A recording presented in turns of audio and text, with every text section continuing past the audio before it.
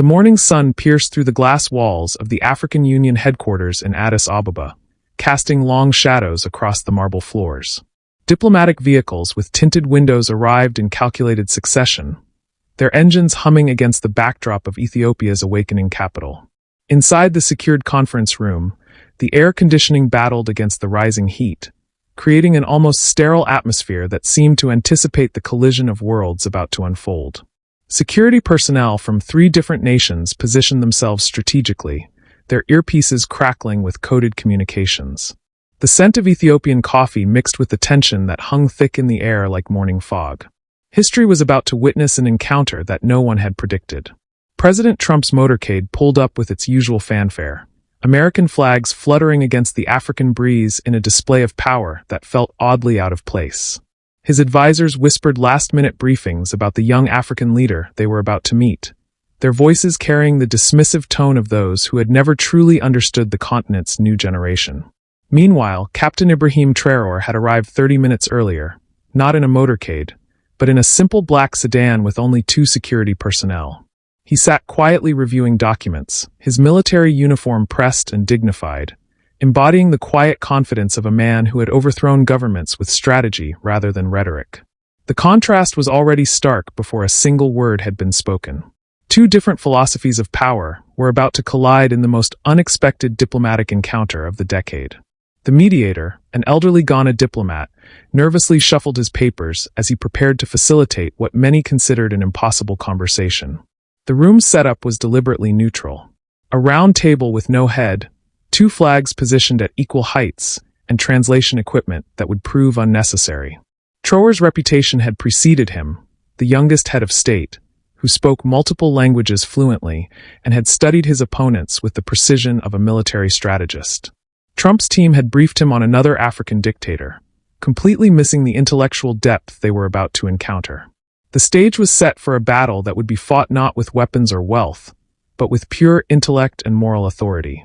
As both leaders entered the room simultaneously, the air itself seemed to shift, charged with the electricity of 2 completely different visions of leadership meeting face to face.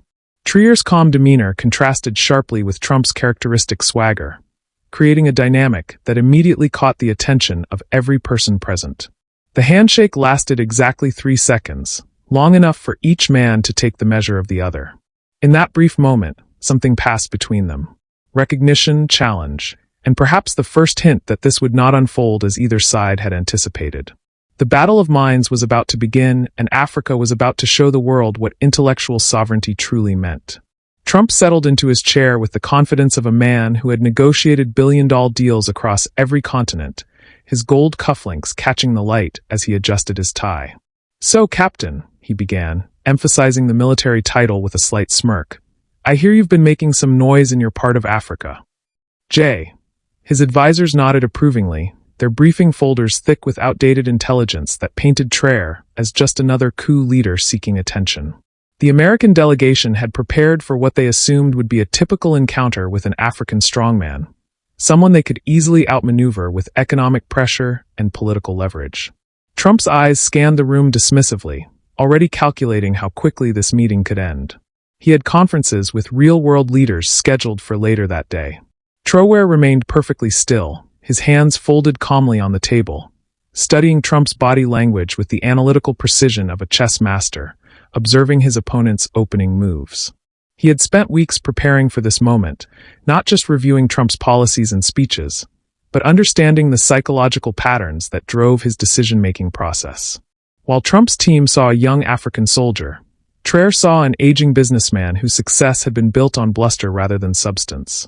The captain's silence was deliberate. He knew that impatient men often revealed their weaknesses when forced to fill uncomfortable, quiet spaces. His dark eyes reflected an intelligence that Trump's briefing papers had completely failed to capture. This was going to be more interesting than anyone in the room had anticipated. "I've heard great things about your golf courses," Traoré said finally, his English crisp and unaccented, immediately catching Trump off guard with the unexpected compliment. The American president's face lit up with surprised pleasure. Clearly not expecting this young African leader to know about his business empire, Trump launched into an animated description of his latest resort development, his voice rising with enthusiasm as he detailed marble fixtures and championship golf layouts. His advisors exchanged confused glances. This wasn't the aggressive negotiation stance they had prepared for. Traore listened intently, occasionally nodding and asking specific technical questions that demonstrated and surprisingly detailed knowledge of luxury hospitality management. The room's dynamic had already shifted in ways that Trump's team couldn't quite comprehend. What Trump failed to recognize was that Traore's opening gambit was a masterclass in psychological warfare disguised as casual conversation. Every question about golf course architecture was actually probing Trump's decision-making process, his priorities, and his fundamental understanding of value creation. While the American president basked in what he perceived as admiration from an African leader, Traore was systematically mapping his opponent's intellectual territory. The captain's military training had taught him that the most decisive battles were won before the enemy realized they were under attack. Trump continued talking about his properties, completely unaware that he was already being outmaneuvered by a mind that operated on levels he had never encountered. The underestimation was complete, and the trap was perfectly set. The transition came so smoothly that Trump barely noticed when the conversation shifted from golf courses to global economics. Traore's voice maintaining the same respectful tone, while his questions became laser-focused. "Your business success is impressive, Mr. President. But I'm curious about your perspective on resource partnerships in Africa," the captain said, pulling out a leather portfolio with documents that seemed far too organized for a casual diplomatic meeting. Trump straightened in his chair, sensing an opportunity to demonstrate his negotiating prowess to this young leader who had shown such appropriate respect for his achievements. The American delegation leaned forward slightly, recognizing familiar territory where their president typically excelled. Traore's pen hovered over a notepad as if he were genuinely eager to learn from the master dealmaker. The atmosphere felt cordial, almost educational, which made what was about to unfold even more devastating. "Africa has tremendous potential," Trump declared, gesturing broadly as he launched into his standard pitch about untapped markets and natural resources waiting for proper development. His voice carried the confident rhythm of a man who had delivered similar presentations to investors and world leaders countless times before. Traore nodded thoughtfully, occasionally jotting down notes that seemed to validate Trump's points, creating the illusion of a student learning from a mentor. The American advisors relaxed slightly, pleased to see their president in his element, educating another world leader about economic realities. Trump's gestures became more animated as he detailed potential mining operations, agricultural partnerships, and infrastructure projects that could transform the continent. He was completely absorbed in his own narrative, missing the calculating intelligence behind Traore's attentive facade. "That's fascinating," Traore interjected politely. "But I wonder if you could help me understand something about these resource partnerships." His tone remained respectful, almost deferential, as he opened his portfolio to reveal meticulously organized charts and financial projections. Trump nodded magnanimously, clearly pleased to tackle whatever simple question this African leader might have about international business. The captain's finger traced along a series of numbers that showed resource extraction profits versus local economic impact in various African nations. His voice never changed inflection as he began presenting data that would systematically dismantle every assumption Trump had just made. The American president was still smiling, completely unaware that the intellectual battlefield had just shifted beneath his feet. "According to these World Bank figures," Traore continued, his respectful tone masking the precision of a surgeon making the first incision, "most resource partnerships in Africa result in 87% of profits leaving the continent, while local communities see less than 3% economic improvement." The room's energy changed instantly as Trump's advisors frantically shuffled through their briefing materials, searching for counterarguments to statistics they hadn't anticipated. Trump's confident smile wavered slightly as he realized these weren't the softball questions he had expected from a young African military leader. Traore's pen continued moving across his notepad, recording not just numbers but behavioral observations about how his opponent reacted to unexpected intellectual challenges. The respectful student was revealing himself to be a master economist, and the lesson was just beginning. Trump's jaw tightened as he processed the statistics, his business instincts recognizing a challenge that required immediate pushback to maintain psychological dominance. "Those numbers don't tell the whole story, Captain," he said, his voice adopting the dismissive tone he used with journalists who asked inconvenient questions. He launched into his familiar defense about job creation and infrastructure development, gesturing toward his advisors, who were still scrambling through their documents for supporting data. The room's atmosphere had shifted from cordial education to competitive tension. With both delegations sensing that this was no longer a friendly diplomatic exchange, Trump's gold pen tapped against the table in a rhythmic pattern that betrayed his growing irritation. His years of business negotiations had taught him to regain control quickly when conversations moved into uncomfortable territory.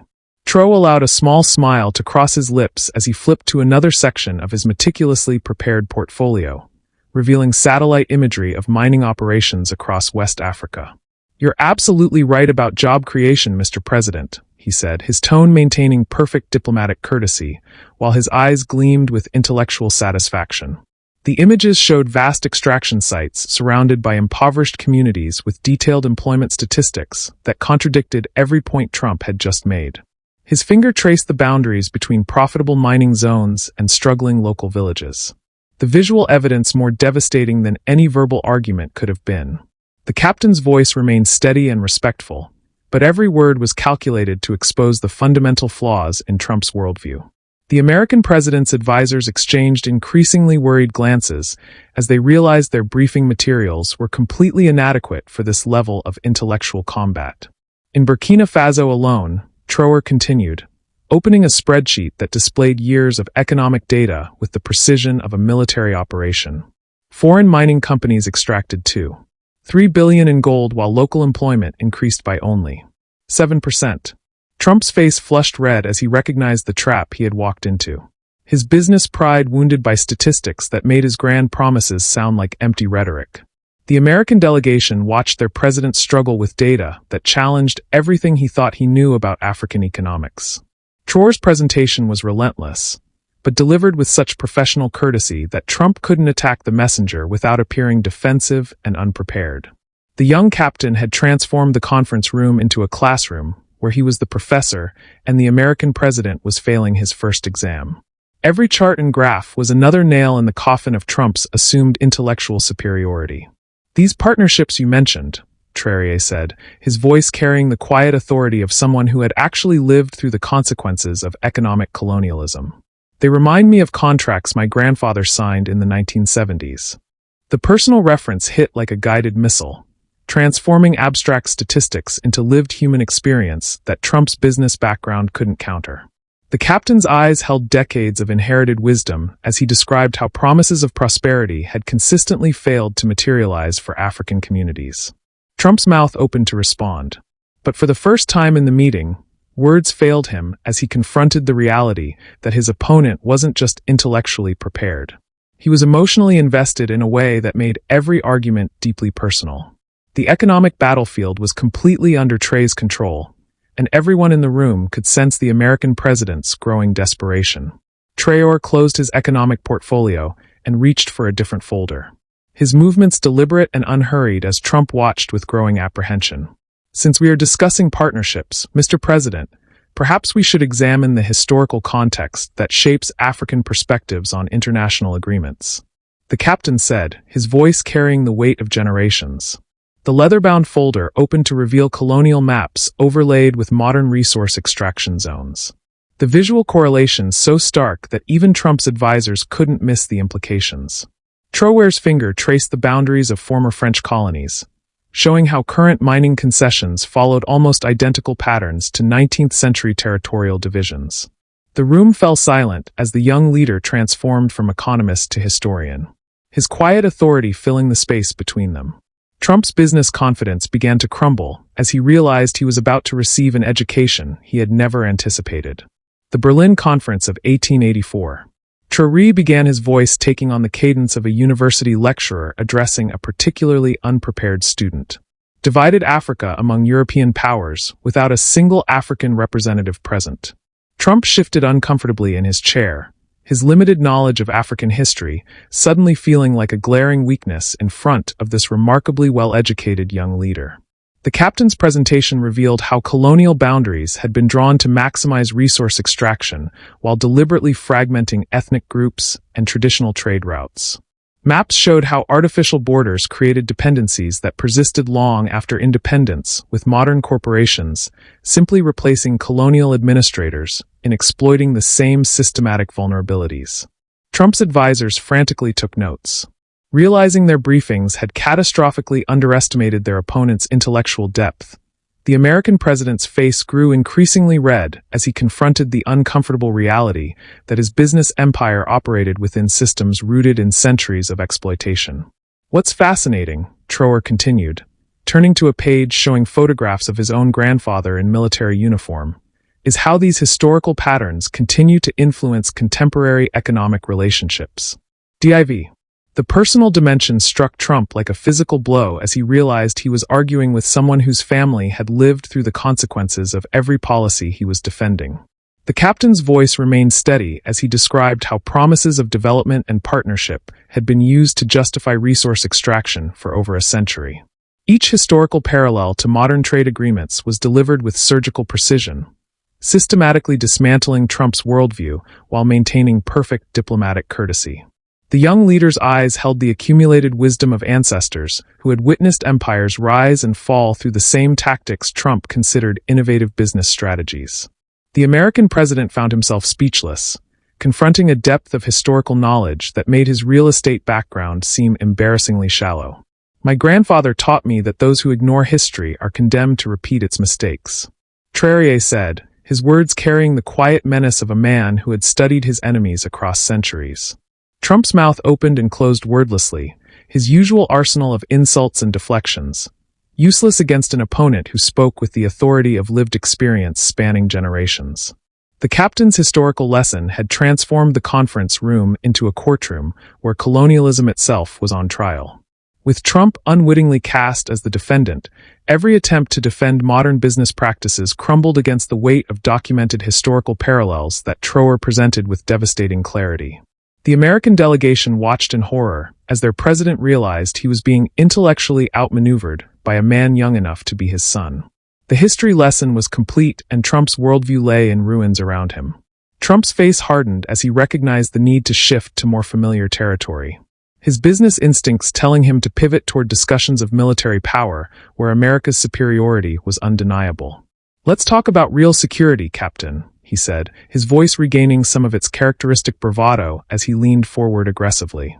The American president began outlining military aid packages and security partnerships, his tone suggesting that African nations needed American protection to survive in a dangerous world. His advisors nodded approvingly, finally seeing their president return to ground where they felt confident about their nation's advantages.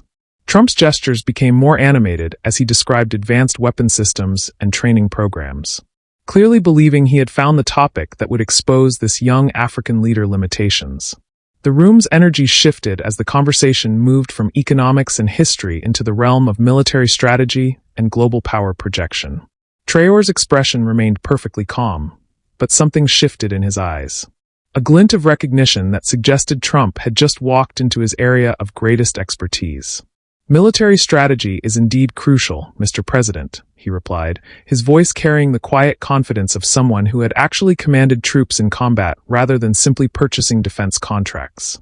The captain opened yet another section of his prepared materials, revealing detailed analyses of recent American military interventions across Africa and the Middle East. His finger raced mission timelines and casualty reports with the precision of someone who understood warfare not as an abstract policy tool, but as a lived reality involving human lives and national sovereignty.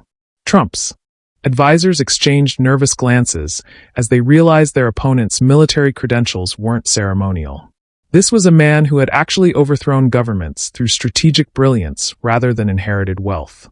The intellectual battlefield was about to become even more treacherous. "Your military aid to Chad, for example," Traore continued, his voice maintaining diplomatic courtesy, while his eyes revealed the strategic mind of a seasoned commander, resulted in $847 million in weapons sales, but failed to address the root causes of regional instability.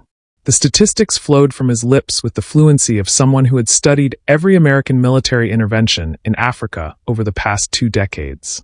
Trump's confident smile began to fade as he realized that this young captain possessed detailed knowledge of classified operations that even some of his own advisors weren't fully briefed on. The presentation revealed how American military aid often perpetuated conflicts rather than resolving them, creating dependencies that served arms manufacturers better than African security interests.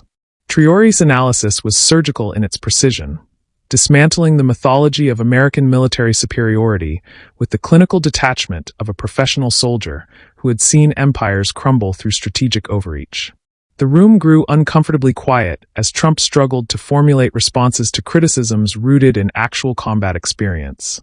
The interesting paradox, Traore observed, his tone shifting to that of a military academy instructor addressing a failing cadet, is how the world's most expensive military consistently struggles against opponents who understand their own terrain better than foreign advisors ever could. The words hit Trump like artillery shells, each one precisely targeted to expose the fundamental weaknesses in American military doctrine when applied to African conflicts. The captain's voice carried the authority of someone who had personally outmaneuvered forces trained and equipped by major powers. His success built on strategic thinking rather than technological superiority. Trump's face grew increasingly pale as he confronted the reality that his opponent wasn't just intellectually gifted. He was a proven military strategist who had defeated enemies with resources far greater than his own. The American president's hands trembled slightly as he realized that every attempt to demonstrate superiority had instead revealed his own profound limitations. Military strategy had become another arena where Trump found himself completely outclassed by a man he had dismissed as just another African coup leader.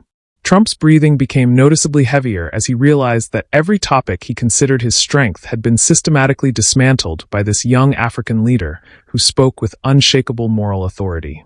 "Look, Captain," he said, his voice cracking slightly as desperation crept into his tone. "At the end of the day, leadership is about getting results, about winning." The American president's hands gestured frantically as he fell back on his most basic philosophy, that success justified any means, and that power was its own validation. His advisors watched in growing alarm as their leader's composure continued to deteriorate under the relentless intellectual pressure from an opponent they had catastrophically underestimated. Trump's gold watch caught the light as his wrist trembled, betraying the stress that his voice was trying to conceal. The room's atmosphere had become suffocating, charged with the tension of a man realizing that his entire worldview was collapsing in real time. Traore leaned back in his chair, his posture radiating the calm confidence of someone who had finally reached the moment he had been building toward throughout the entire encounter. "Mr. President," he said, his voice carrying the weight of ancestral wisdom and hard-earned experience. "True leadership isn't about winning. It's about serving something greater than yourself." The words struck the room like thunder, creating a philosophical chasm that exposed the fundamental difference between two completely incompatible approaches to power and responsibility. The captain's eyes held the steady gaze of someone who had risked everything for his people's freedom, contrasting sharply with Trump's increasingly frantic energy. His next words would be delivered with the precision of a master philosopher delivering a final, devastating argument. The American delegation could sense that something profound and irreversible was about to happen. The intellectual battle was approaching its climax. "When I took power in Burkina Faso," Traore continued, his voice growing stronger with each word, "I didn't do it for personal glory or business opportunities. I did it because my people deserved leaders who would die for them rather than profit from them." The philosophical gulf between the two men became an unbridgeable chasm as the captain spoke about sacrifice, duty, and the moral obligations that came with wielding power over human lives. Trump's face contorted as he struggled to comprehend a worldview where leadership meant service rather than domination, where success was measured in people's liberation rather than personal accumulation. The young African leader's words carried the authenticity of someone who had actually risked his life for principles, making Trump's business achievements seem hollow and self-serving by comparison. Every syllable was a philosophical hammer blow against the American president's entire understanding of what it meant to lead. The room fell into stunned silence as the full weight of the moral contrast became undeniable. "You speak of winning, Mr. President." Traore said, his voice now carrying the authority of a man who had won the only battles that truly mattered, those fought for human dignity and national sovereignty. But what have you actually won for your people beyond division and debt? The philosophical question hung in the air like a sword suspended over Trump's crumbling confidence, demanding an answer that everyone in the room knew he couldn't provide. The captain's moral authority filled the space between them, making the American president's wealth and power seem like children's toys in comparison to the weight of genuine leadership rooted in service and sacrifice. Trump's mouth moved soundlessly as he confronted the devastating realization that he had spent his entire life accumulating symbols of success, while never understanding what true leadership actually meant. The philosophical blow had landed with surgical precision, exposing not just intellectual limitations, but a fundamental poverty of spirit that no amount of money or power could disguise. The battle was nearly over, and everyone could see that Trump was completely defenseless against an opponent who fought with principles instead of profit margins. Trump's hands began to shake visibly as sweat beaded on his forehead. His usual arsenal of insults and deflections, rendered completely useless against an opponent who spoke with unassailable moral authority. "You don't understand," he stammered, his voice rising to a pitch that echoed desperation rather than strength. "I've built an empire. I've created jobs. I've made America great again." The words tumbled out in a frantic rush as he grasped for any argument that might restore his psychological footing in a battle he was clearly losing. His advisors watched in horror as their president's legendary confidence crumbled before their eyes, reduced to repeating campaign slogans like a broken recording. The gold pen in his trembling fingers clattered to the table as his composure finally began its complete collapse. The room's atmosphere had become electric with tension as everyone present witnessed the intellectual destruction of one of the world's most powerful men. Traore remained perfectly still, his dark eyes reflecting a mixture of pity and disappointment as he watched the American president's psychological meltdown unfold in real time. "Mr. President," he said softly, his voice carrying the gentle firmness of a father correcting a confused child. "An empire built on other people's suffering is not an achievement. It's a tragedy." The words landed like physical blows against Trump's fragmenting psyche, each syllable precisely calculated to expose the hollowness at the core of his supposed success. The captain's calm demeanor made the contrast even more devastating, his unshakable composure highlighting Trump's increasingly erratic behavior. His next words would be delivered with the surgical precision of someone who understood exactly how to dismantle an opponent's last psychological defenses. The American delegation could only watch helplessly as their leader approached complete intellectual surrender. The breaking point had arrived, and everyone in the room could feel the seismic shift occurring.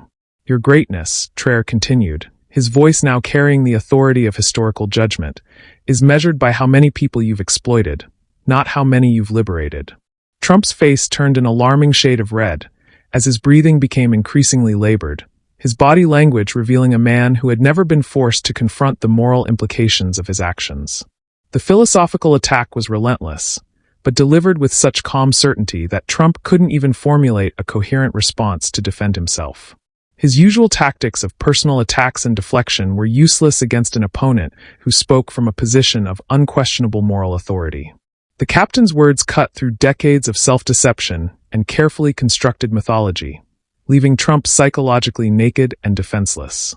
The room felt like a courtroom where the final verdict was being delivered, and everyone could see that the defendant had no defense left to offer. Trump's mouth opened and closed repeatedly like a fish gasping for air.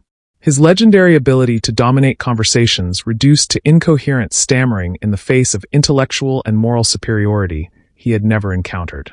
"You can't, this isn't," he sputtered, his fragmented sentences revealing a mind that had completely lost its ability to process rational thought under pressure. The American president's eyes darted frantically around the room, searching for support from advisors who were themselves stunned into silence by the systematic destruction they had witnessed. His hands clutched at his tie as if loosening it might somehow allow him to breathe through the suffocating weight of his own exposed inadequacy. The transformation was complete from confident dealmaker to broken man in less than an hour. The breaking point had shattered not just his arguments but his entire sense of self, leaving him psychologically defenseless against the final assault that everyone knew was coming. Traore glanced at his watch with the precision of a military commander timing a final assault. his voice dropping to a whisper that somehow commanded more attention than any shout could have achieved.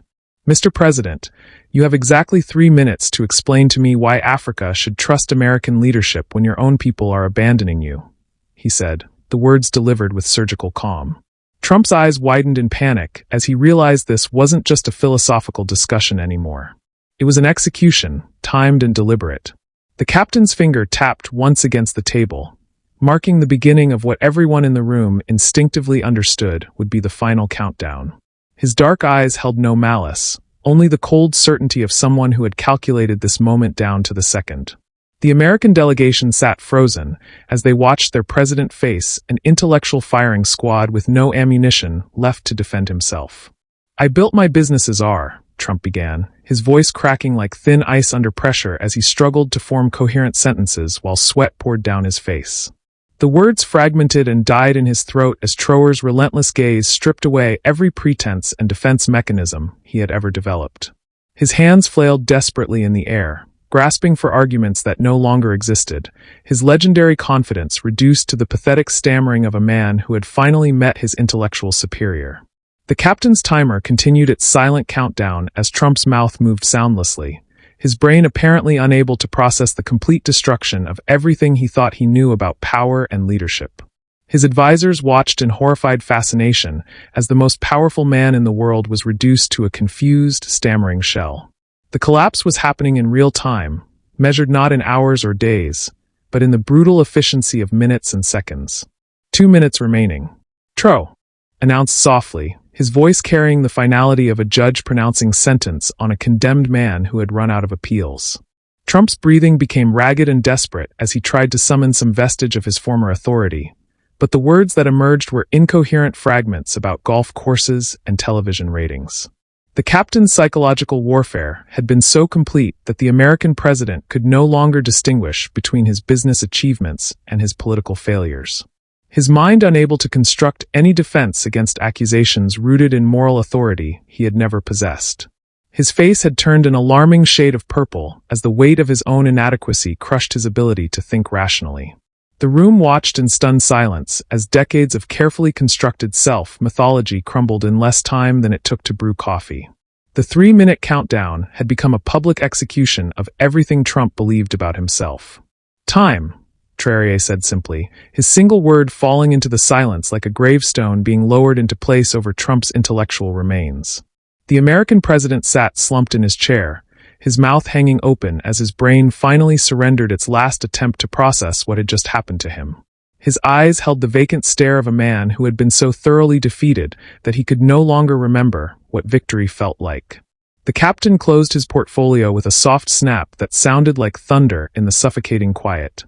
His mission accomplished with the precision of a master strategist who had planned every move from the beginning. Trump's advisors stared at their leader's collapsed form, witnessing the complete intellectual destruction of a man who had never encountered an opponent capable of dismantling his entire worldview in exactly 3 minutes. The collapse was total, irreversible, and witnessed by everyone in the room who would carry this moment with them for the rest of their lives. Traore rose from his chair with the fluid grace of a man who had just completed a mission that extended far beyond this single room. His military bearing radiating the quiet satisfaction of justice finally served. The silence stretched for what felt like eternity as Trump remained slumped in his seat, his once commanding presence reduced to the broken shell of a man who had discovered his own intellectual poverty too late. The captain's dark eyes swept across the American delegation, each advisor now understanding that they had witnessed something far more significant than a diplomatic meeting. They had seen the symbolic restoration of African dignity after centuries of condescension. His leather portfolio closed with a definitive snap that seemed to echo through the corridors of history, marking the end of an era where Africa could be dismissed or underestimated by anyone. The young leader's composure remained perfect, but everyone in the room could sense the profound historical weight of what had just transpired. This moment would be remembered not as a personal victory, but as the day Africa reclaimed its intellectual sovereignty on the world stage. The Ghanaian mediator sat in stunned silence, his decades of diplomatic experience having never prepared him for witnessing such a complete intellectual demolition delivered with surgical precision and unwavering moral authority. Trump's breathing had become shallow and irregular. his eyes staring blankly at the table's surface as his mind struggled to process the complete destruction of everything he had believed about himself and his place in the world. The American advisors exchanged horrified glances, realizing that they would have to somehow explain to the world how their president had been reduced to a catatonic state by a young African leader they had dismissed as insignificant. The air conditioning hummed softly in the background, the only sound in a room where the balance of global power had just shifted in ways that none of them fully comprehended. Traore's victory wasn't just personal. It represented the emergence of a new generation of African leadership that would never again bow to Western intellectual colonialism. The restoration was complete, and everyone present understood that the world had fundamentally changed. "Gentlemen," Traore said, his voice carrying the calm authority of someone who had just proven that intelligence, preparation, and moral conviction could triumph over wealth, power, and arrogance. "I believe this meeting has served its purpose." His words were addressed to the room, but his eyes remained fixed on Trump's broken form with a mixture of pity and disappointment that somehow felt more devastating than any expression of anger could have been. The captain gathered his materials with methodical precision, each movement deliberate and unhurried, demonstrating the confidence of a man who had nothing left to prove to anyone. His military uniform seemed to carry the weight of centuries of African resistance, from ancient kingdoms to modern liberation movements, all culminating in this moment of intellectual triumph. The American delegation remained frozen in their seats, unable to process how quickly their assumptions about African leadership had been shattered by reality. The dignity that had been systematically stripped from an entire continent was being restored one devastating argument at a time. As Traore moved toward the door, he paused for a final moment, turning back to deliver words that would echo through diplomatic circles for decades to come. "Mr. President," he said, his voice carrying the gentle firmness of a teacher offering a final lesson to a student who had failed spectacularly. "Africa is no longer waiting for your permission to be great." The words hung in the air like a declaration of independence, marking not just the end of this encounter, but the beginning of a new era in global relations where moral authority mattered more than military might or economic leverage. Trump's head remained bowed in defeat, his silence serving as involuntary acknowledgement that he had been outclassed in every possible way by a man he had underestimated with catastrophic consequences. The door closed behind the captain with a soft click that sounded like the final page of history being turned, leaving behind a room where African dignity had been fully restored and American arrogance had been buried forever. The battle was over and everyone knew who had won. The intellectual destruction was complete. Trump's 3-minute collapse exposed the hollow foundation of Western arrogance when confronted by Africa's rising brilliance. Traore's surgical precision proved that true power lies in moral authority, not inherited wealth. Subscribe for more stories of African dignity triumphing over global bullies, and share your thoughts below.